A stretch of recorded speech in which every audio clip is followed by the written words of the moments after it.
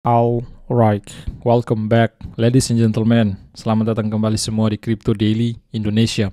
Baik, Crypto Daily Indonesia ya selalu memberi Anda informasi terbaru, terupdate apa yang terjadi di ruang kripto. Maka dari itu bagi diri Anda saya ingatkan lagi belum terlibat bersama kami tim Crypto Daily, libatkan diri Anda dengan mudah teman-teman ya. Smash tombol like setiap video kami, subscribe, bunyikan loncengnya agar bagaimana YouTube channel ini selalu berkembang ya, agar memberi kemanfaatan kepada seluruh masyarakat Indonesia. Jangan sampai kita ketinggalan info terbaru, berita-berita penting apa yang terjadi di ruang cryptocurrency. Jangan kita ketinggalan, jangan kita tertinggal dengan negara-negara lain ya. Ada beberapa influencer kripto, YouTuber yang menyampaikan info-info penting setiap hari yang terjadi di ruang kripto.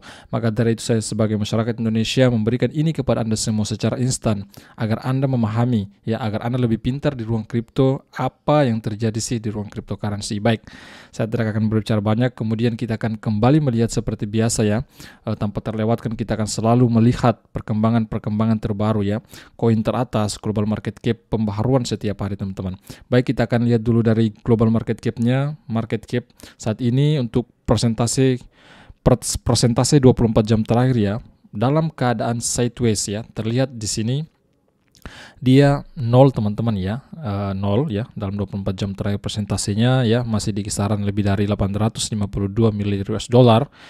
Market cap dari kapitalisasi pasar ya, global market cap cryptocurrency saat ini belum mampu lagi mengalami kenaikan sampai dengan 1 triliun US dollar. Kita menunggu saja ya, semoga di akhir tahun 2022 ini Bitcoin ini bisa ya mungkin menyentuh di harga 20.000 ke atas lah ya. Semoga demikian, itu memang harapan kita semua teman-teman, agar bagaimana bear market bisa segera menghampiri kita. Yang lagi trending di CMC kita sempat lihat dulu ya, kita sempatkan diri untuk melihat ada HEI ya, token HEI naik 8%.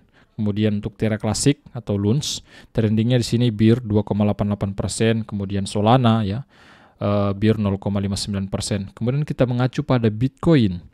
Bitcoin dalam 24 jam terakhir pun dalam keadaan normal saja. Normalnya di sini kita melihat 0,01% bull ya, sangat kecil teman-teman ya. Dalam 7 hari pun juga mengalami keadaan normal-normal saja. Di harga 17 ribuan teman-teman ya, sedikit lagi turun di bawah harga 17 ribu. Kemudian kita melihat Ethereum. Ethereum sama juga ya, normal di harga 1258 US ya. Kemudian BNB normal juga, kemudian XRP.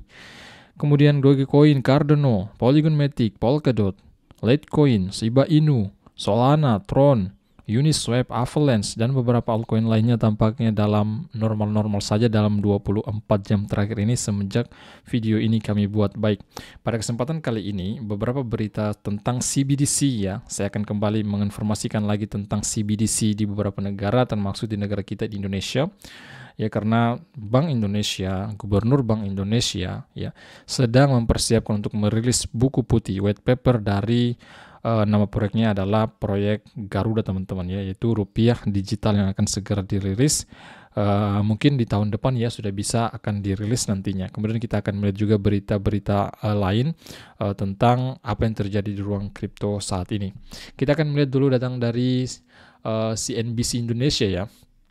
Baru-baru ini menginformasikan ya, ini 3 alat pembayaran sah di Republik Indonesia ya. Ada Bitcoin, ini sebagai pertanyaan, apakah ada Bitcoin dalam 3 alat pembayaran yang sah ini? Tentunya kalian sudah pasti tahu bahwa Bitcoin itu belum ada teman-teman ya. Kita akan lihat juga apa sih 3 alat pembayaran yang sah di Indonesia. Nah, teman-teman, tanpa berlama-lama langsung kita melihat Gubernur Bank Indonesia BI, yaitu namanya adalah Peri Warjio teman-teman ya, Gubernur Bank Indonesia, Bank Sentral Indonesia ya, membagikan kabar terbaru. Indonesia akan memiliki 3 jenis alat pembayaran yang sah ke depannya. Maka sebelumnya kan baru 2 teman-teman ya, baru 2, maka ada perencanaan 3 ya akan menyusul ini, namanya rupiah digital, tapi belum rilis white papernya, tetapi rencana itu sudah digembar-gemborkan. Indonesia akan memiliki 3 jenis alat pembayaran yang sah ke depannya. Apa saja alat pembayaran yang sah tersebut? Jadi alat pembayaran sah itu ya, sebentar saya tunjukkan kepada Anda, diantaranya ada kartu debit, kemudian juga tentunya kertas atau logam ya, sudah pasti itu teman-teman. Kemudian rupiah digital ini baru tahap perencanaan. Adapun rupiah digital kini masih dalam tahap persiapan pengembangan setelah buku putihnya atau white paper berjudul Proyek Garuda resmi diluncurkan. Nah, kemudian next, Perry, ya, Gubernur Bank Indonesia mengungkapkan keberadaan 3 jenis alat pembayaran ini menandakan kemunculan rupiah digital tidak akan menghilangkan peredaran rupiah dalam bentuk kertas. Jadi, walaupun luncurnya rupiah digital ya, tidak akan hilang kertas pembayaran ya, rupiah kertas itu, kemudian juga logam, itu tidak akan hilang teman-teman ya. Ada penambahan yaitu menggunakan transaksi menggunakan digital. Meskipun ya diperkirakannya rupiah digital akan mendominasi pada tahun-tahun mendatang. Tentunya memang di ruang digital ya memang anak-anak saat ini ya, kita pun saat ini teman-teman ya, memang tidak bisa dihindari ya. Saat ini kita berada di dunia teknologi yang sedang melesatnya ya, perkembangan secara mungkin transaksi, kemudian juga teknologi handphone, kemudian dan lain sebagainya, alat-alat elektronik. Nah, itu tidak bisa dibendung, maka dari itu secara alat transaksi pun juga akan berevolusi, bisa saya katakan demikian ya. Termaksud ya ini perencanaan untuk meluncurkan rupiah digital agar orang-orang bisa transaksi menggunakan cara digital ya, bukan hanya menggunakan kertas mungkin, logam dan lain sebagainya.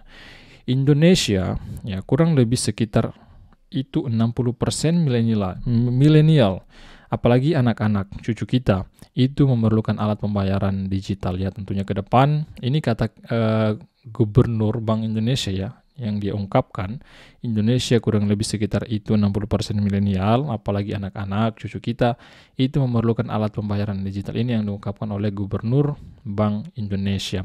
Next, Perry menegaskan 3 alat pembayaran yang sah ya ke depannya itu nanti adalah dalam bentuk uang rupiah kertas atau logam ya, seperti apa yang saya ungkapkan tadi. Kemudian sebagaimana yang ada saat ini ya, uang rupiah dalam bentuk kartu teman-teman ya, kartu Visa, Mastercard dan lain sebagainya yang bisa kita gunakan di ATM. Nah, itu salah satu alat pembayaran menggunakan kartu ya. Kemudian juga debit maupun kredit atau e-money ya. Kemudian baru uang rupiah dalam bentuk digital. Ini yang ketiga ini ya, atau uang rupiah digital. Ini baru tahap perencanaan ya, belum resmi rilis ya. Memang ada beberapa negara sudah merilis CBDC-nya, termaksud Nigeria ya. Langsung kita akan liput juga tentang Nigeria. Nigeria ya, baru-baru ini menginformasikan datang dari Cointelegraph ya. Nigeria melarang penarikan tunai ATM lebih dari $225 seminggu untuk memaksa pengguna CBDC. Jadi Nigeria ini memang dia meluncurkan CBDC-nya sejak tahun 2021 teman-teman ya. Sejak itu memang performa pengguna itu kurang berminat menggunakan itu. Maka kemudian pihak ya perbankan di Nigeria melakukan tindakan ya, otoritas di Nigeria melakukan tindakan membatasi penarikan tunai ATM ya, mengarahkan masyarakatnya untuk menggunakan CBDC yang diluncurkan oleh negara tersebut ya, atau fiat digital mereka teman-teman. Ini upaya yang dilakukan oleh pemerintah Nigeria saat ini. Batasan yang ditetapkan oleh Bank Sentral Nigeria adalah bagian dari dorongan yang lebih luas untuk mendorong transaksi keuangan digital. Ini upaya yang dilakukan, ini alasannya teman-teman ya. Kenapa memang dibatasi ya, karena ingin mengarahkan masyarakat ini untuk menggunakan transaksi menggunakan digital ya, fiat digital yang sudah diluncurkan semenjak tahun 2021 yang kemudian beberapa bulan kemudian ya, semenjak tahun 2022 ini dia itu ya, CBDC-nya masyarakatnya kurang minat ya. Maka ini upaya yang dilakukan oleh negara Nigeria untuk bagaimana masyarakat ini menggunakan fiat digitalnya atau naira ya, simbol daripada fiat mereka teman-teman. Nigeria telah secara drastis mengurangi jumlah uang tunai yang dapat ditarik individu dan bisnis karena mencoba untuk mendorong kebijakan Nigeria tanpa uang tunai dan meningkatkan pengguna e-naira. Mata uang digital Bank Sentral Nigeria atau CBDC mereka ya, Central Bank Digital Currency Indonesia, dia baru merencanakan Nigeria sudah dari tahun lalu teman-teman. Ternyata peminatnya itu berkurang ya, di masyarakat mereka itu kurang berminat menggunakan CBDC ini, maka ini yang kemudian upaya yang dilakukan oleh Nigeria membatasi penarikan agar orang-orang terjun menggunakan transaksi digital ini. Bank Sentral Nigeria mengeluarkan arahan untuk bisnis keuangan dalam surat edaran di 6 September lalu ya, mencatat bahwa individu dan bisnis sekarang akan dibatasi untuk menarik ya, diantaranya $45 per hari ya, sekitar 20 ribuan naira per hari, dan $225 per minggu atau sekitar 100 ribuan naira ya, dari mata uang Nigeria ini untuk per minggu dari ATM, teman-teman.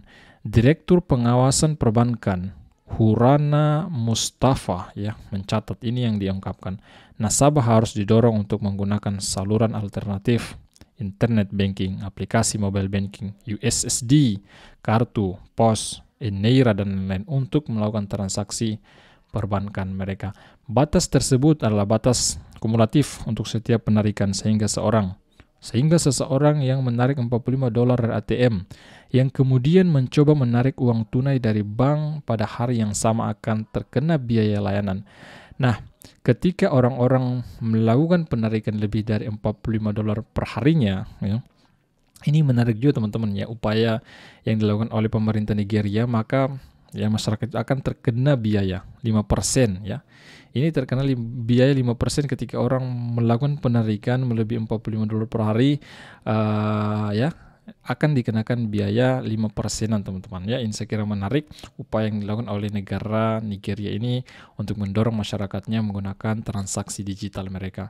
Batas sebelumnya untuk penarikan tunai harian sebelum pengumuman adalah sekitar $338 ya untuk individu ya, sedangkan untuk bisnis sekitar $1.128.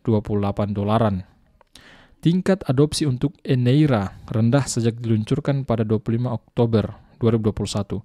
CBDC ya Fiat Digital Nigeria ya meluncurkannya di tanggal 25 Oktober. Semenjak tanggal ini sampai saat ini ya, penurunan pengguna teman-teman, masyarakat Nigeria kurang berminat menggunakan Fiat Digital ini. Maka ini upaya yang dilakukan oleh pemerintah Nigeria mendorong masyarakatnya untuk menggunakan transaksi digital. Jangan hanya menggunakan uang kertas, mungkin kartu debit dan lain sebagainya teman-teman ya. Ini cara yang digunakan ya. Kita menunggu di Indonesia nantinya bagaimana ke depannya. Apakah di Indonesia peminatnya akan meledak ketika nanti dirilis rupiah digital, atau apakah akan mirip-mirip seperti negara Nigeria ini setelah dirilisnya di 25 Oktober tadi kita melihat, kemudian sampai tahun 2022 penggunanya sangat kurang, sehingga langkah-langkah yang diambil oleh negara Nigeria ini membatasi penarikan untuk masyarakatnya, untuk mendorong masyarakatnya menggunakan transaksi digital, teman-teman. Kemudian menurut pelacak CBDC dari think tank ya Amerika, Dewan Atlantik, Nigeria adalah salah satu dari 11 negara yang telah sepenuhnya menerapkan CBDC. Sudah banyak negara teman-teman ya. Ini Nigeria ini salah satu dari 11 negara yang sudah menerapkan CBDC, sedangkan beberapa negara lainnya itu sedang merencanakannya, termasuk negara kita Indonesia. 15 negara lain telah meluncurkan program percontohan dengan India akan bergabung akhir bulan ini ya. Indonesia pun masih baru tahap perencanaan, kita menunggu saja info terbaru ya tentang CBDC ya, rupiah digital dengan proyek Garuda ini. Jika ada informasi penting lagi lainnya ke depan, saya akan informasikan untuk Anda semua. Sebenarnya masih banyak berita lain teman-teman ya, tetapi saya pikir waktu kita membatasi ya, agar tidak terlalu panjang video ini. Nanti kita jumpa lagi di video berikutnya. Saya kira informasi kali ini cukup menarik untuk kalian ketahui ya, maka dari itu saya buatkan untuk Anda semua. Nah, cukup sekian. Jika kalian memiliki akun media sosial Twitter, jangan lupa ikuti kami di Twitter @CryptoDailyID. Cek saja di description video ini, dan jangan lupa juga bagi Anda yang belum terlibat, libatkan diri Anda dengan cara smash tombol like, subscribe, bunyikan loncengnya. Nama saya Sofyan, owner Crypto Daily Indonesia. See you, bye-bye.